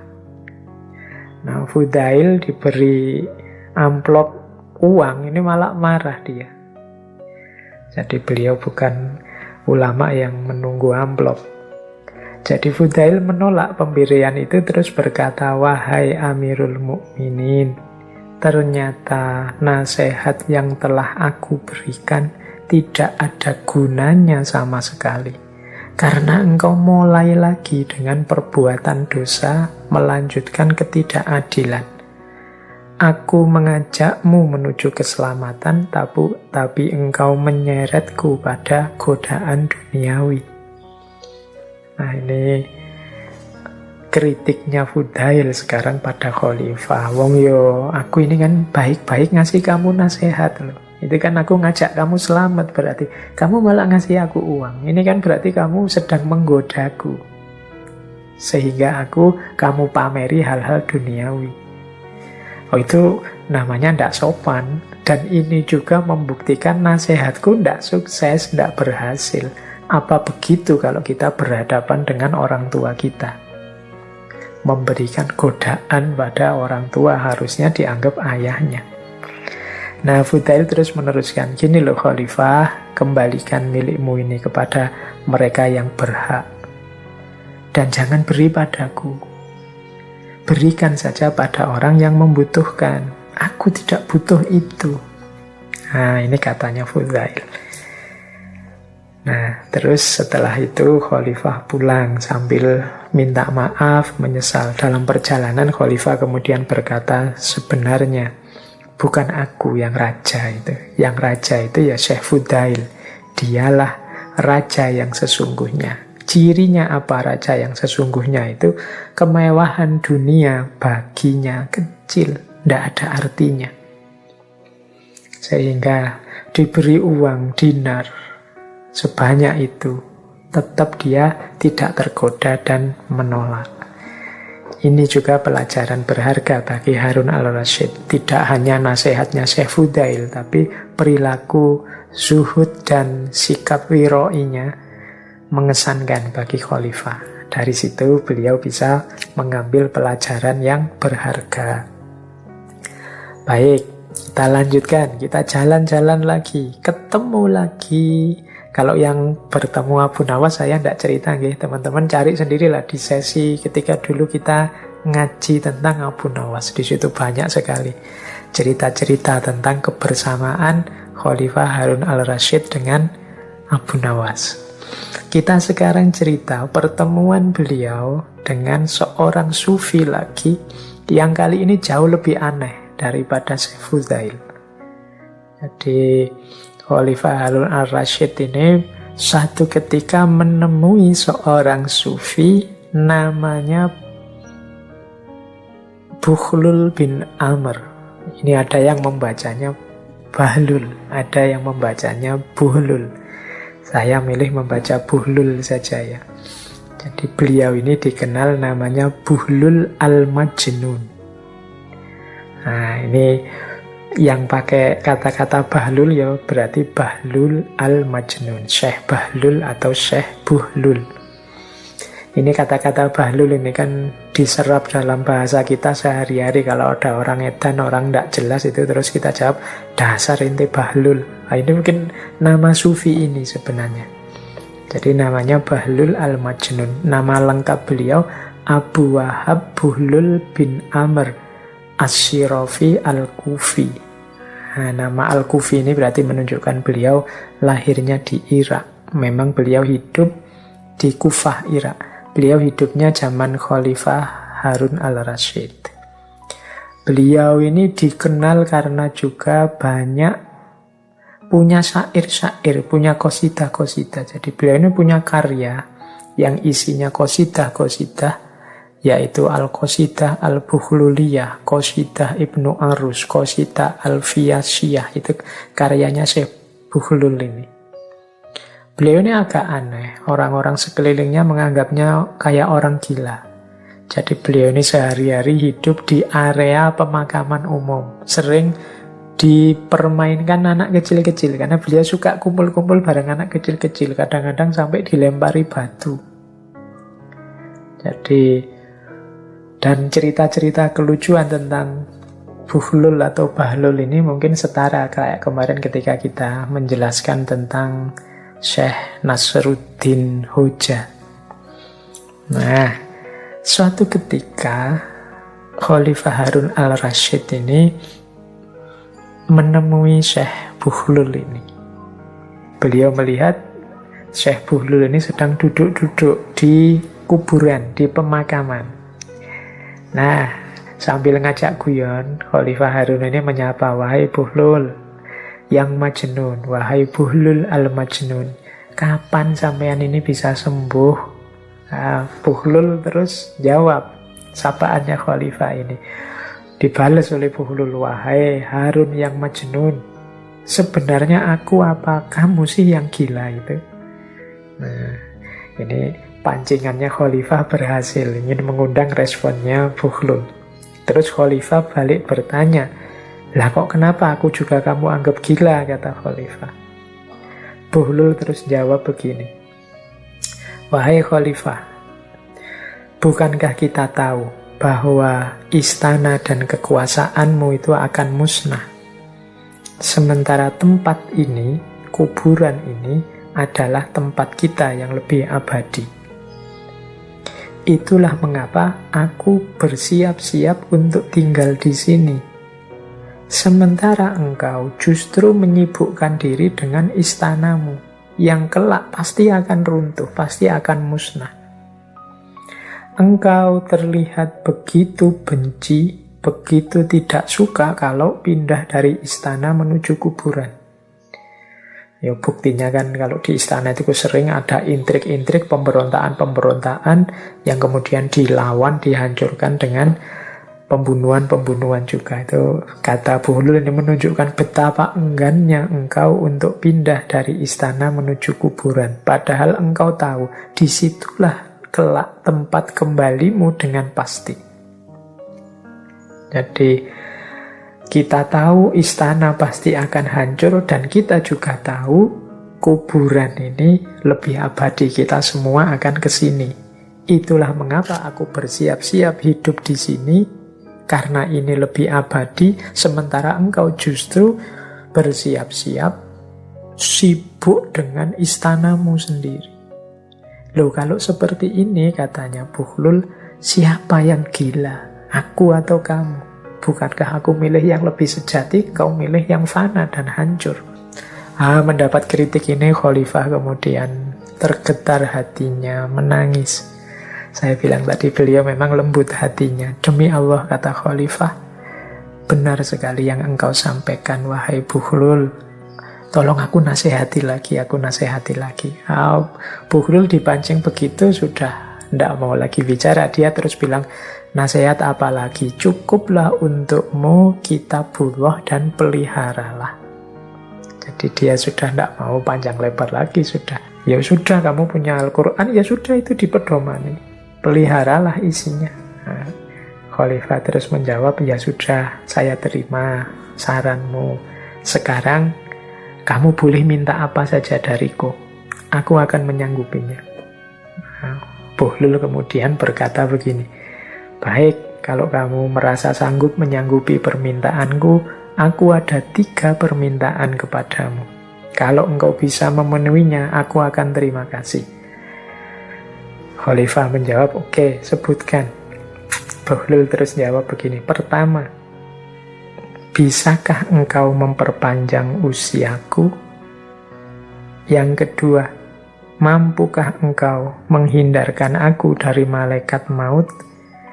Yang ketiga, mampukah engkau memasukkan aku ke surga dan menjauhkan aku dari neraka? Wah, Khalifah baru sadar ini pertanyaan yang tidak bisa dijawab. Wah, mohon maaf sekali Bahlul, tak satu pun dari semua itu yang bisa aku lakukan. Oh, kalau begitu engkau memang hanya manusia biasa, bukan raja yang sejati. Kalau raja yang sejati ya pasti bisa. Maka aku tidak membutuhkan bantuanmu. Nah, ini sindiran dari Syekh Bahlul kepada Harun al-Rasyid. Ini mungkin ada beberapa pelajaran yang bisa kita ambil dari dialog yang luar biasa ini. Baik, kita lanjutkan teman-teman. Itu tadi beberapa fragmen tentang rihlah perjalanan spiritual intelektual Khalifah Harun al-Rasyid, sebagai salah satu bukti betapa beliau ini sangat berkomitmen dengan ilmu. Nah, sisa waktu mungkin masih ada sekitar 30-an menit. Kita ambil sekarang pesannya Harun al-Rasyid sendiri. Jadi mungkin semacam ajaran pesan-pesan dari Khalifah Harun al-Rasyid. Kalau tadi kan beliau mendengarkan, melayani ilmu. Sekarang kita belajar sedikit tentang bagaimana pesan-pesan beliau, wawasan-wawasan beliau sehubungan dengan ilmu. Yang pertama, kita belajar. Ini ada cerita. Cerita ini bisa teman-teman lihat di kitab judulnya Al-Misk wal Ambar fi Khutobil Mimbar. Ini yang nulis Syekh Aid Al-Qarni. Jadi ini kisah Harun al-Rasyid dengan seorang laki-laki. Ini kalau bahasa saya, ini laki-laki dari pedalaman yang menurut saya ini sok pinter. Mendatangi Harun al-Rasyid, dia sok bijaksana, ingin memberi nasihat pada khalifah. Jadi satu ketika seorang laki-laki datang pada Harun al-Rasyid, terus dia menghadap dan dia bilang, "Wahai Harun al-Rasyid, aku punya satu perkataan yang sangat keras dan kasar tentang engkau, maka dengarkanlah." Nah, ini gayanya orang yang mau mengkritik, kemudian wanti-wanti dulu. Ini biar engkau sadar, saya tak pakai kalimat yang kasar. Kalau enggak gitu engkau enggak sadar, saya akan pakai kalimat yang keras. Nah, mendengar orang ini bicara seperti itu, Harun al-Rasyid kemudian jawab, "Demi Allah, aku tidak bersedia mendengarnya. Demi Allah, aku tidak bersedia mendengarnya. Demi Allah, aku tidak akan bersedia mendengarnya." Sampai 3 kali. Nah, laki-laki pedalaman itu terus melongo heran. Kok khalifah menolak? Padahal masyhur sekali khalifah ini mau mendengarkan pendapat, suara, nasihat dari siapa saja. Tapi kok sekarang menolak? Nah, Khalifah Harun al-Rasyid kemudian bicara lagi. "Mengapa aku menolak?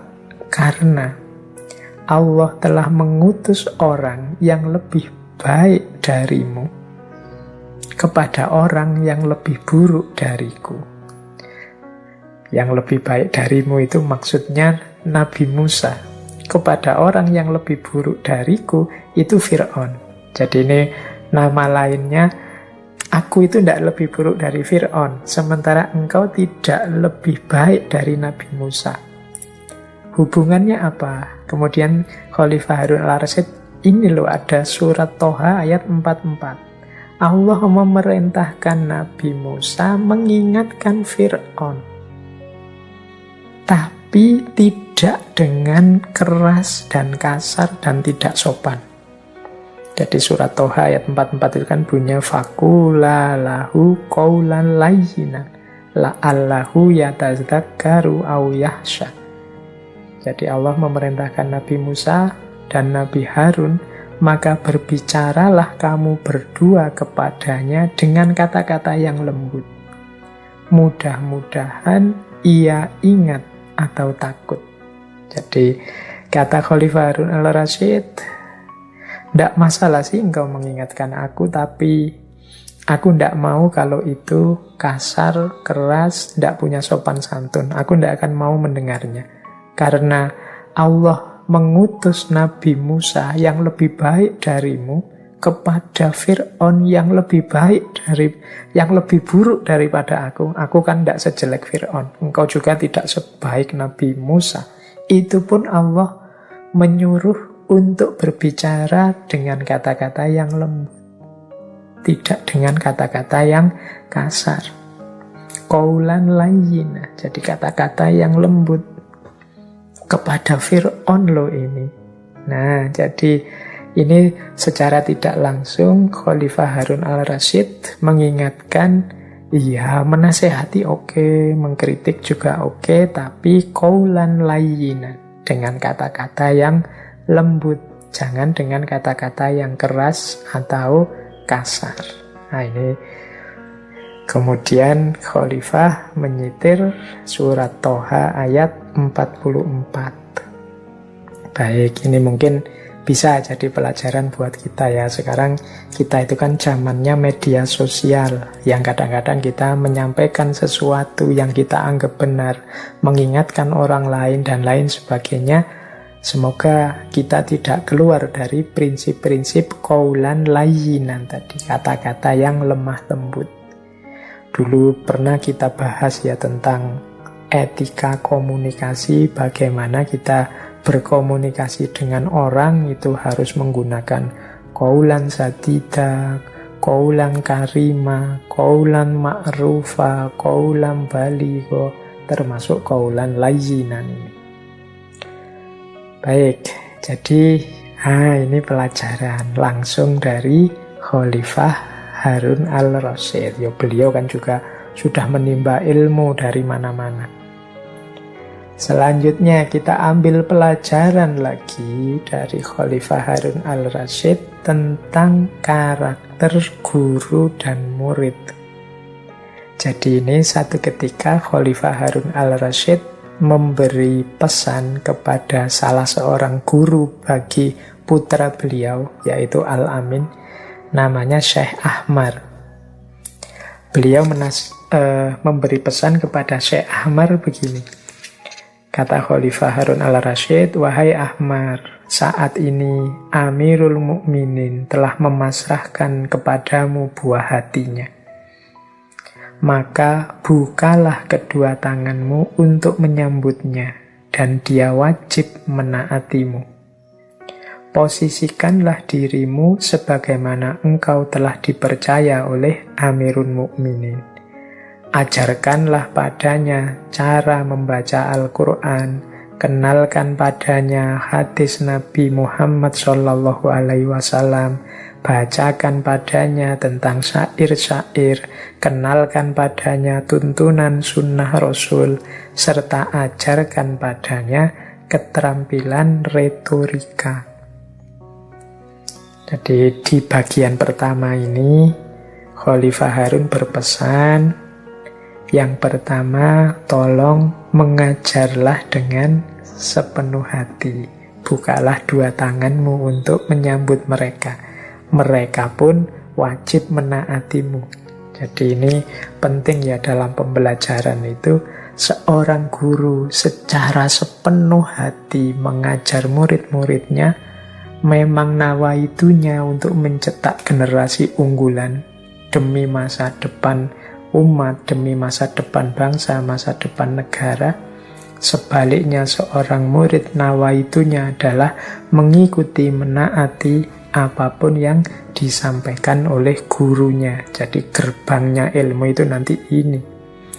Jadi keseriusan, totalitas, keterbukaan seorang guru plus kepatuhan, ketaatan seorang murid. Kemudian yang kedua, materi. Jadi di situ disebut materi, ajarkanlah yang penting-penting, Al-Quran, hadis, sunnah Rasul, sastra, syair, termasuk keterampilan berretorika.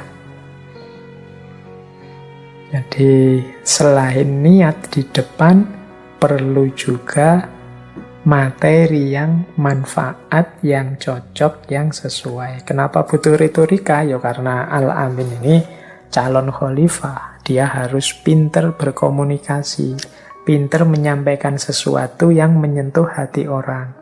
Kalau tentang Al-Quran dan hadis kan jelas, ini dalam konteks komitmen keagamaannya. Jangan lupa juga sastra, syair-syair. Jadi di atas tadi kita jelaskan bagaimana pentingnya ranah sastra dalam kehidupan estetik, kehidupan berbangsa, bernegara. Jadi yang bagian pertama ini nasihatnya Khalifah Harun al-Rasyid ada 3. Yang pertama, niatlah sungguh-sungguh, dan yang murid niatlah patuh dan taat. Kemudian cari materi-materi yang manfaat, maslahat, sesuai dengan kebutuhan. Terus nasihat selanjutnya, tuntunlah ia agar tidak tertawa kecuali pada saat yang tepat. Tuntunlah ia untuk menghormati keluarga besar Bani Hashim jika mereka sedang datang ke istana, serta ajarilah ia untuk menghormati pasukan tentara kerajaan. Nah, ini ada beberapa nasihat lagi. Yang pertama, ajari anakku agar tidak tertawa kecuali pada saat yang tepat.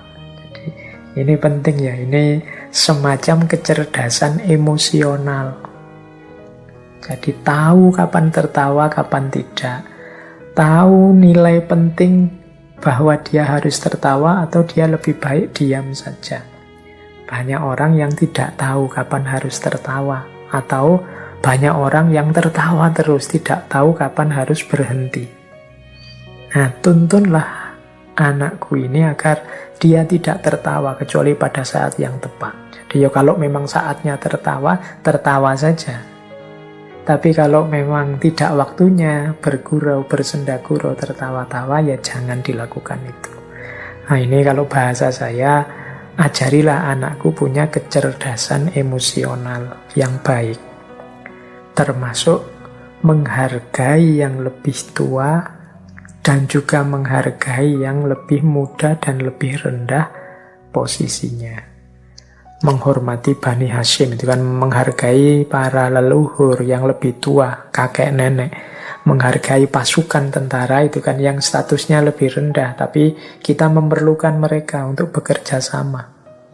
Nah, ini pesan di bagian kedua, ini pesan untuk, kalau bahasa hari ini mungkin mendidik karakternya.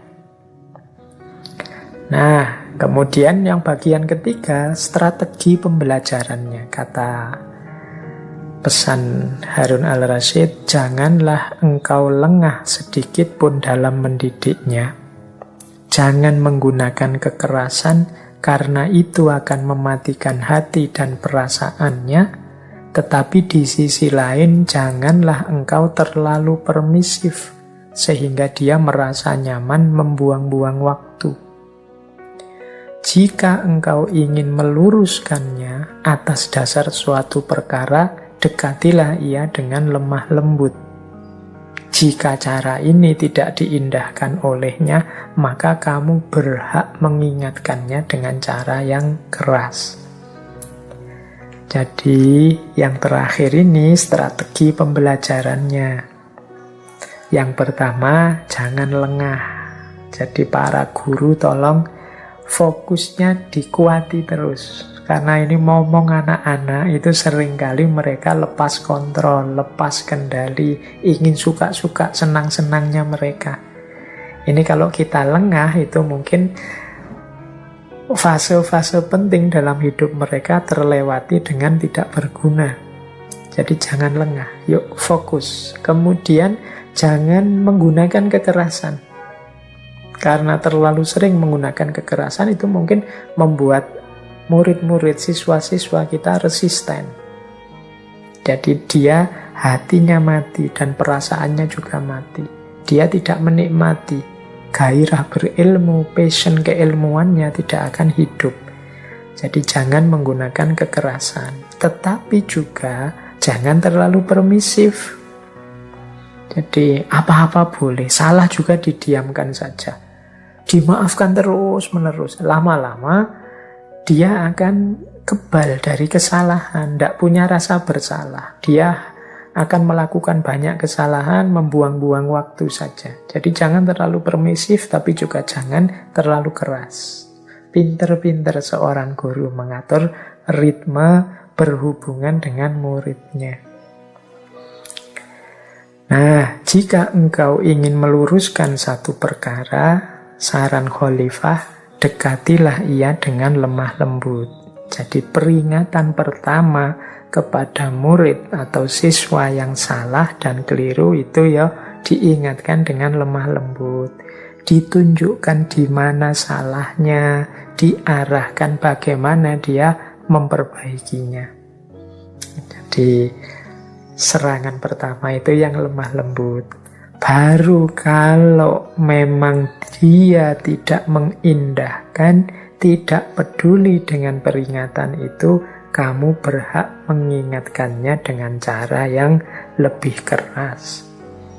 Mungkin suara kita agak ditinggikan, mungkin dicubit kecil, dijewer kecil, sampai dia sadar bahwa itu salah, itu keliru dan harus diperbaiki. Jadi ini pesan Khalifah Harun al-Rasyid tentang karakter seorang guru dalam mengajar. Ya tentu saja ini nanti hubungannya dengan muridnya. Jadi tadi yang di atas dijelaskan bagaimana niatnya, bagaimana pilihan-pilihan materi yang harusnya dipilih dan disampaikan, dicari yang penting, manfaat, maslahat, barokah. Kemudian karakter yang harus dihidupkan dalam diri murid-muridnya. Kemudian bagaimana agar kita punya strategi pendekatan yang tepat dalam mengajar. Tidak terlalu keras, juga tidak terlalu permisif. Nah, ini pesan-pesan Khalifah Harun al-Rasyid kepada Syekh Ahmar, gurunya Muhammad al-Amin, yang nanti menggantikan Khalifah Harun al-Rasyid. Ada juga riwayat tentang pesan Harun al-Rasyid kepada guru putra mahkota yang lain, yaitu Al-Ma'mun. Jadi ini ada pesan pendek kepada salah seorang gurunya, Al-Ma'mun, yaitu jangan biarkan dia bosan atau kelelahan, jangan memudahkannya, dan jangan biarkan dirinya bermalas-malasan. Ini penting ya, 3 aspek ini untuk para pembelajar, termasuk teman-teman yang ngaji filsafat. Lawan kita yang paling besar itu adalah kebosanan atau kelelahan, kemudian mental males-malesan dan mencari kemudahan saja. Pesan Khalifah Harun al-Rasyid ini mengingatkan agar para guru waspada terhadap hal-hal ini. Jangan biarkan kalau murid kita mengalami gejala ini. Jadi kelihatan bosan dengan pelajaran, atau ingin nyari enaknya saja, mudahnya saja. Kalau diberi tugas ini nawar, diberi tugas itu nawar. Ya kalau tugasnya tidak berat, ya kualitas dirinya tidak tertempa dengan serius. Dan males-malesan. Males-malesan itu ya ingin rebahan terus. Maunya ndak ada tugas saja, maunya santai-santai saja, enak-enak saja, nyaman-nyaman saja. Nah, ini akan jadi masalah nanti saat dia besar. Jadi mental pembosan, nyari enaknya saja, males melakukan sesuatu. Maka sangat dipesankan oleh Khalifah Harun al-Rasyid, jangan biarkan dia bosan atau kelelahan, jangan memudahkannya, dan jangan biarkan dirinya bermalas-malasan. Oke, jadi ini pesan-pesan. Jadi penting juga sebagai wawasan kita yang sumbernya langsung dari Khalifah Harun al-Rasyid. Masih ada waktu, kita lanjutkan dengan beberapa kalimat bagus yang juga diajarkan oleh Khalifah Harun al-Rasyid. Ada kalimat dari Khalifah seperti ini, mungkin menarik untuk kita renungi maknanya. Kata beliau begini, an-nafsu tatma'u wal asbabu ajizatun, wan nafsu tahlaku bainal ya'si wat toma'i. Jiwa manusia itu betapa tamak, padahal sarana-sarana atau sebab-sebabnya itu begitu lemah. Wan nafsu tahallaku bainal ya'si wat toma'i. Pada akhirnya jiwa akan hancur antara keputusasaan dan ketamaan. Jadi ini mungkin hasil renungan beliau. Jiwa itu kan, diri kita itu kan selalu menuntut macam-macam. Ingin ini, ingin itu, yang tidak ada berhentinya. Satu keinginan terpenuhi, berkembang jadi keinginan yang lain. Terpenuhi, nambah lagi keinginan apa. Manusia itu tidak pernah kenal berhenti, sudah. Yang kaya itu masih ingin nambah kekayaannya. Yang punya jabatan ingin lebih tinggi lagi, ingin lebih tinggi lagi, ingin lebih tinggi lagi. Nah, itu nafas. Dia selalu tomak, selalu berharap menginginkan yang lebih lagi, lebih lagi. Itu kalau sindirannya Al-Quran kan alhaakumut takatsur hatta zurtumul maqabir. Orang lupa, padahal al-asbabu ajizatun. Asbab, sebab-sebab, sarana-sarana, daya kita yang jadi wasilah terpenuhinya keinginan kita, itu ajizah. Ajizah itu lemah. Kita manusia ini kan tidak tanpa batas kekuatan dan daya kita. Wal asbabu ajizatun. Kita ini lemah.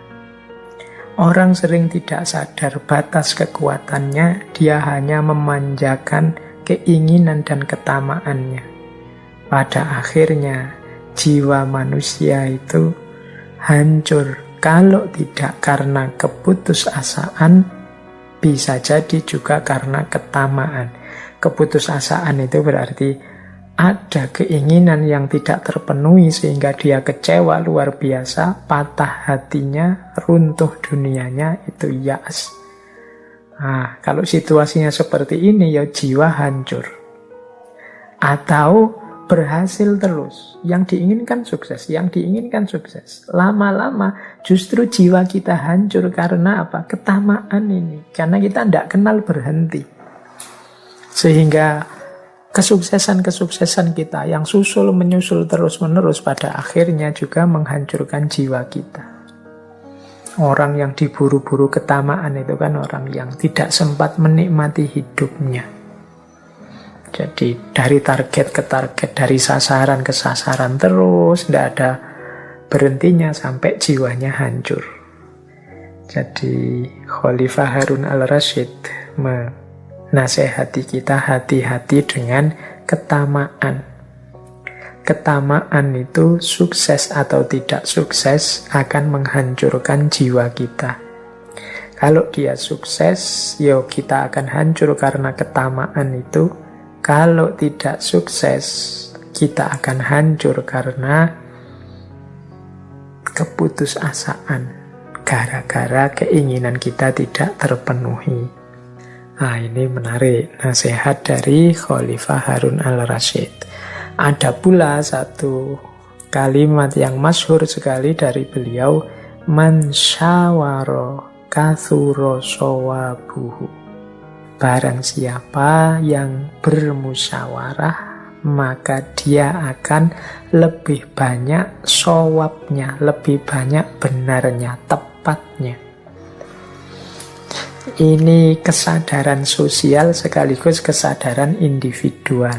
Kesadaran individual itu berarti kesadaran bahwa kita itu lemah. Dalam banyak hal kita perlu dukungan orang, kita perlu bantuan orang untuk menemukan kebenaran. Dia juga kebijaksanaan secara sosial. Kita itu hidup bareng-bareng orang lain. Yang baik menurut kita itu kadang tidak cocok, tidak sesuai untuk orang lain. Sehingga satu-satunya jalan untuk tidak menyakiti, tidak berkonflik dengan orang lain, ya kita memperbanyak musyawarah. Nah, kalau kita banyak musyawarah, nanti lebih banyak tepatnya keputusan-keputusan kita. Banyak masalah kita hari ini yang mungkin bisa selesai kalau kita saling terbuka, duduk bersama, mencari solusi bersama. Daripada kukuh ngeyel dengan kebenaran-kebenaran individual kita, dengan proyeksi-proyeksi kita tentang kebenaran. Maka man syawaro kasuro sawabuhu. Dan yang terakhir ini saya bawa juga satu kalimat dari Khalifah Harun al-Rasyid. Kata beliau begini, aku tidak bangga dengan keberhasilan yang tidak aku rencanakan. Sebagaimana aku tidak akan menyesal atas kegagalan yang terjadi di ujung usaha yang maksimal. Jadi Khalifah Harun al-Rasyid di kata mutiara ini mengajarkan kita yang pertama, hidup ini jangan asal-asalan. Kita punya cita-cita, kita punya keinginan, kita punya tujuan. Mari kita rancang sebaik mungkin dan kita usahakan semaksimal mungkin. Kalau sudah kita usahakan semaksimal mungkin, kok gagal, ya ndak apa-apa. kita tidak akan menyesal karena sudah sepenuh daya, ya memang itu batas kemampuanku. Jadi aku tidak akan menyesal atas kegagalan yang terjadi di ujung usaha yang maksimal. Tapi meskipun berhasil, tapi itu bukan karena usaha kita, bukan karena rencana dan rancangan kita. Kata Khalifah, aku tidak akan bangga sama sekali. Jadi tidak pantas kita bangga, karena mungkin itu hanya kebetulan, atau jangan-jangan itu ilusi kita sendiri, ketertipuan kita, dan lain sebagainya. Jadi porsinya manusia itu hanyalah berencana dan mengusahakan semaksimal mungkin. Dari situ nanti kita bisa berbangga kalau kita berhasil dan tidak akan menyesal seandainya gagal. Jadi ini penting nanti untuk kita renungi ya dalam hidup kita ini. Jadi pesan utama dari kalimat terakhir ini adalah menyarankan kita untuk tidak hidup asal-asalan, untuk tidak hidup sesuka-suka kita. Mari kita rancang dan kita jalankan sepenuh kemampuan kita. Mari kita hidup setiap hari dengan versi terbaik diri kita. Pak, ini adalah sholat yang paling baik yang bisa saya lakukan. Ini adalah karya yang paling baik yang bisa saya buat. Kalau sudah melakukan ini, insya Allah kita tidak akan menyesal lagi. Seandainya gagal pun, kita tetap puas dengan kesadaran bahwa memang seperti itulah batas kemampuan dan kuasaku. Baik, teman-teman, saya kira itu ya pengenalan kita, sedikit penjelajahan kita terhadap hidup seorang khalifah yang masyhur sekali di era puncak keemasan Islam. Tentu saja yang saya uraikan malam hari ini hanya memframe satu bagian, satu babak dari kehidupan Khalifah Harun al-Rasyid, bagian kecintaannya pada ilmu dan seputar itu. Jadi tidak masuk ke mana-mana. Dan nanti Khalifah Harun al-Rasyid ini meninggal tahun 193 Hijriah, dan beliau ini meninggal masih di usia sangat muda. Bahkan lebih muda dari saya, beliau meninggal usia 44 tahun. Jadi sebelum beliau meninggal itu beliau sedang berangkat ke Khurasan untuk menumpas pemberontakan. Jadi ada pemberontakan dari Rafiq bin Lais. Beliau ini sedang ingin merdeka sendiri. Jadi ingin separatisme kalau bahasa kita hari ini. Dan Khalifah dalam perjalanan untuk menumpas pemberontakan itu, tapi di tengah jalan beliau sakit dan terpaksa berhenti di daerah Tus. Nanti kepemimpinan untuk menumpas pemberontakan dipasrahkan kepada Al-Ma'mun, dan tidak lama setelah itu Khalifah menghembuskan nafasnya yang terakhir di usia yang relatif muda. Dan ini kehilangan besar bagi dunia Islam. Bahkan ada kalimat yang dikenal dari Fudail bin Iyad tadi, sufi yang sangat ditakzimi oleh Khalifah Harun al-Rasyid. Ketika meninggalnya Khalifah, Fudail ini berkata begini, tidak ada seorang pun kematiannya yang lebih aku tangisi dibandingkan kematian Amirul Mukminin Harun al-Rasyid. Bahkan kalau boleh, silahkan Allah mengambil jatah usiaku untuk ditambahkan pada usianya. Nah, ini murid-murid Fudail ini mendengar kata-kata gurunya itu sebenarnya setengahnya nganggap, alah guru ini agak lebay. Iyalah beliau orang baik, tapi ya tidak segitunya lah. Tapi kemudian belakangan murid-muridnya sadar mengapa gurunya mengagungkan, menyesali begitu rupa meninggalnya Amirul Mukminin Harun al-Rasyid. Karena setelah itu muncul fitnah besar. Jadi ketika zaman Khalifah Al-Ma'mun itu kan terjadi fitnah tentang pemahaman kelompok Mu'tazilah tentang khalqul Quran yang membuat para ulama banyak yang disiksa dan dieksekusi. Saat itu murid-murid Fudail bin Iyad sadar, berarti memang benar guru tadi, benar Syekh Fudail tadi. Eman-eman sekali meninggalnya Khalifah Harun al-Rasyid ini. Karena setelah itu muncul banyak fitnah-fitnah. Ini mungkin salah satu karomahnya seorang wali, karena beliau bisa mengetahui berita-berita dari masa depan. Sehingga beliau sampai bilang kalau boleh jatah umurku biar diambil, diberikan kepada beliau, Khalifah Harun al-Rasyid. Baik teman-teman, saya kira malam hari ini kajian bisa kita cukupkan dulu. Ya seperti saya bilang di awal tadi ya, bulan ini mungkin kita tidak terlalu berat pembahasannya. Yang berat itu bagaimana cara kita meneladaninya. Paling tidak kita punya referensi-referensi, seandainya satu ketika ada yang bisa diambil, dijadikan hikmah dan manfaat untuk kehidupan kita. Silahkan diambil yang cocok dan yang sesuai. Dan kalau memang ada yang keliru, salah, tidak sesuai, boleh memberi saya feedback atau tinggalkan saja.